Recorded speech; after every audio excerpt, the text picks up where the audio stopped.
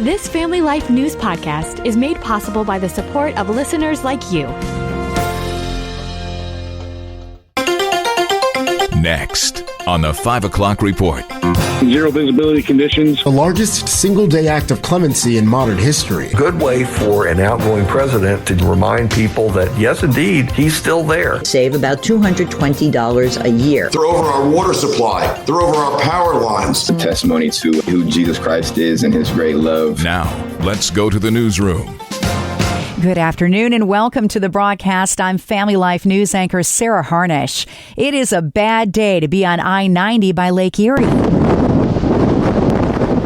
Winds gusting to 40 miles an hour out there. Visibility nearly zero. A state of emergency has been declared for swaths of western New York after 30 inches of lake-effect snow fell in Orchard Park last night, 28 inches in Hamburg, 25 in Attica, 24 in East Aurora. That's on top of the 4 feet of snow from last week. It's so bad, even a snowplow driver overturned in Hamburg. County Public Works Commissioner Bill Geary tells WIVB. Our drivers are professionals, but these things happen, especially in zero visibility conditions. We've had wind gusts. This is the ever-changing conditions we talk about in these narrow lake-effect bands. Tractor trailers are restricted on 90 from Erie to Buffalo and on 86 in the southern tier. Meteorologists say until the lakes freeze, they are a snow machine. Kevin Williams has your full forecast coming up in a few minutes. As his term winds down, President Joe Biden is ramping up. He just pardoned 1,500 people. That's a record. The announcement represents the largest single-day act of clemency in modern history. On the list, people who were released from prison and placed on home confinement during the COVID-19 pandemic. Biden is also pardoning 39 Americans convicted of non-violent crimes. Political analyst Larry Sabato says it's a way for the president to let the country know he's still in charge. No one can change it. No one can appeal it. And so it's a good way for an outgoing president to generate some headlines and remind people that, yes, indeed, he's still there. An American from Missouri has been found alive in Syria after rebels overthrew its government nearly a week ago. Travis Timmerman was released from prison after 7 months with Islamist rebels. Reporter Elizabeth Palmer is there. We found the house about 15 miles south of Damascus, and there was Travis Timmerman from Urbana, Missouri. I was only let out 3 times a day to go to the bathroom, so that was quite the hardship. Secretary of State Antony Blinken. We're working to bring him home, to bring him out of Syria. To the south, near Israel, National Security Advisor Jake Sullivan says they are on the brink of breakthrough, what they've been waiting for in the war in Gaza. We're now looking to close a hostage release deal and a ceasefire, which would stop the war and reunite hostages with their families. Israel and Hamas have indicated they are on board.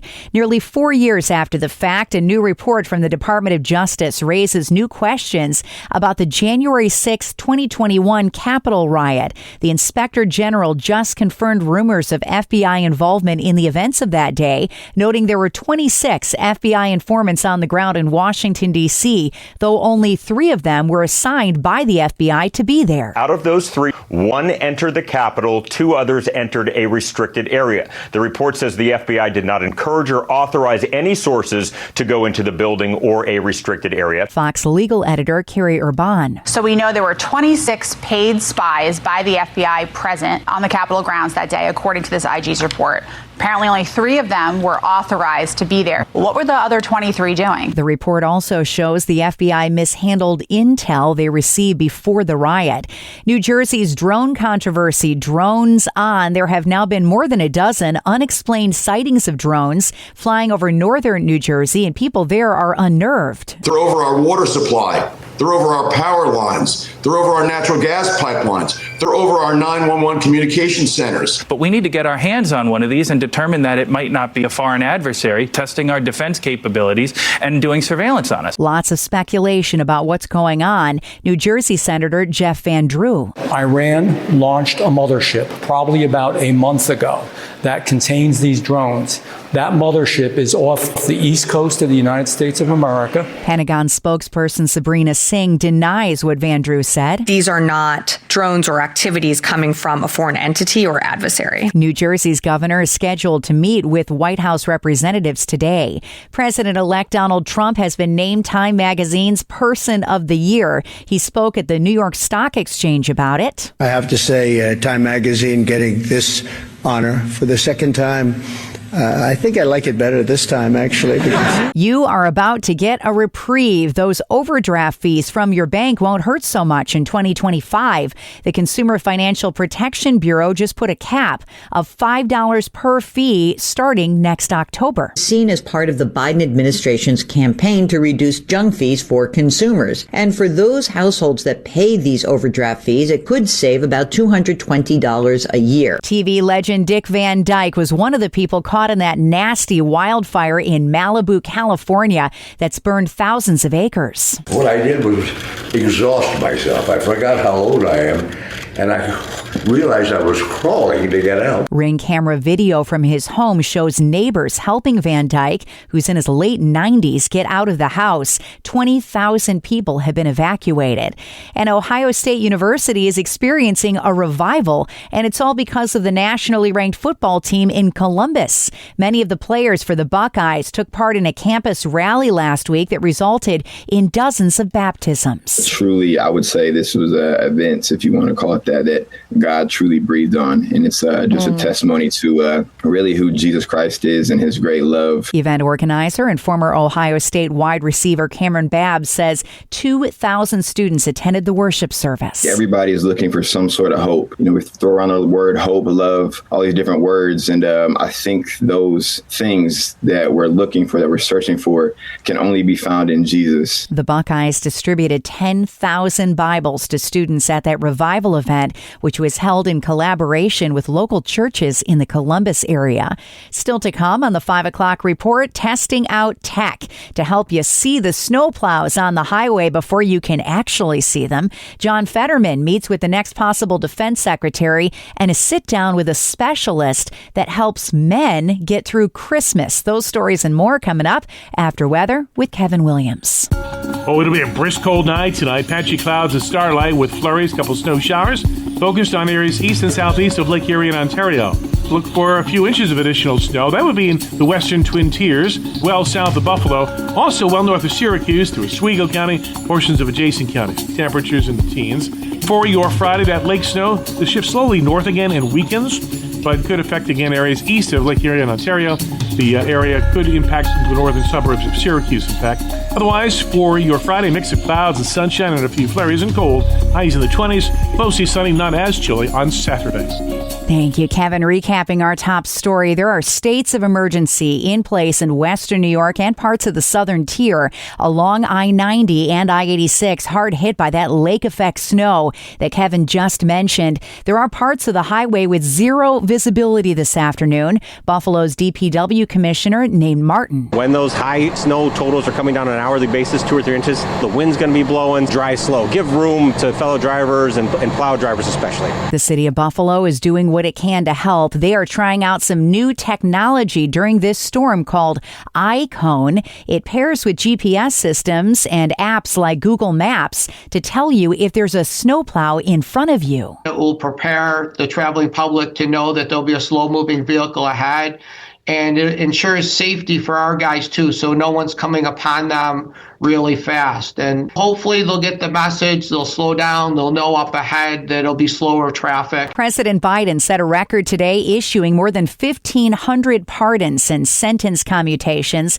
Apparently one of them affects a former judge in Luzerne County, Pennsylvania. We get that story from Family Life's Mark Webster. Biden has commuted the sentence of fellow Democrat Mark Chiavarella, who pleaded guilty in 2011 to racketeering in the infamous Kids for Cash case, in which he and others pocketed millions in exchange for sending juveniles to private detention centers in which he and others had a business interest. Chiavarella was sentenced to nearly 30 years behind bars in that emotional case. He's a free man now after serving less than half of that. Mark Webster, Family Life News. President-elect Donald Trump's pick to serve as defense secretary has a meeting today on Capitol Hill with Pennsylvania Senator John Fetterman. Fetterman is the first Democrat to meet with Pete Hegseth. The junior senator hasn't said whether he'll support the nomination nominee, but he has told reporters that he's looking forward to today's conversation with Hegseth. Cornell University law professor Dr. William Jacobson is concerned about the radicalization of students who receive an Ivy League education. He's especially worried that the man accused of gunning down the CEO of United Healthcare might have been radicalized at UPenn. We've seen, I've observed over the years, both at Cornell and elsewhere, a growing radicalization of the faculty, a growing attitude that activism as a faculty member is part of your teaching mission. This has been building for a long time. It didn't just happen. 26-year-old Luigi Mangione, the suspect in the slaying of 50-year-old Brian Thompson, graduated from UPenn in 2020. Cops say he used a ghost gun in the fatal shooting on a Manhattan sidewalk. That gun linking Mangione to the ambush was found in his possession when he was captured at a McDonald's in Altoona, Pennsylvania on Monday. Next at 5, we're almost halfway through December, and the pace of holiday preparations for many people is a challenge. A ministry which provides encouragement to business leaders say men often have an especially hard time during the season leading up to Christmas and at the end of the year. We got advice from Joe Beckler. First and foremost, as we're moving through these days, schedule time to get quiet, to get into the Word of God each day. This is one of the most framing, centering things we can do because it gets our eyes and our minds and our hearts focused on the main thing. Think about the Gospel of Luke. As you're slowing down to greet your Savior, putting a stake in the ground and saying, I'm going to do something different, whether it's 5 minutes, 15 minutes, 30 minutes. Find a moment where you can get quiet. Beckler says it's important for all of us to live in the moment, especially during busy times of the year. Be present where your feet are. It's really trying to figure out, how do you live in the moment? What is God doing in the moment? This Christmas season can be a brilliant time to do that. And what is God doing in the midst of the moment? Whether it's a kids' choir concert, you're at church, work, whether the pressure is intense or it's gearing down this time of year. Maybe it's a Christmas party or time with family. There's such an easy temptation, right, to drift into something else. I think just being present in the moment doesn't make the challenges and the stress go away. It just focuses you on the main things, and God works through that. The Christian Business Men's Connection held a men's prayer breakfast this morning in Glen Falls, New York. It is time next for tonight's market report brought to you by Ambassador Advisors. Wall Street is closing lower with the Dow falling for the 6th day in a row. At the bell, the Dow Jones Industrial Average fell 234 points to 43,914. The S&P 500 dropped 32 points to 6051, and the Nasdaq lost 132 points to 19,902. Ambassador Advisors is a Christian financial planning firm helping faithful stewards do more. Find out more at ambassadoradvisors.com. Proverbs 10:4 reads, "A slack hand causes poverty, but the hand of the diligent makes rich." Hi, I'm Rob West with another Faith and Finance Minute. Sometimes we make conscious mistakes with our money. Sometimes they're unintentional. Either way, they can be hazardous to your wealth.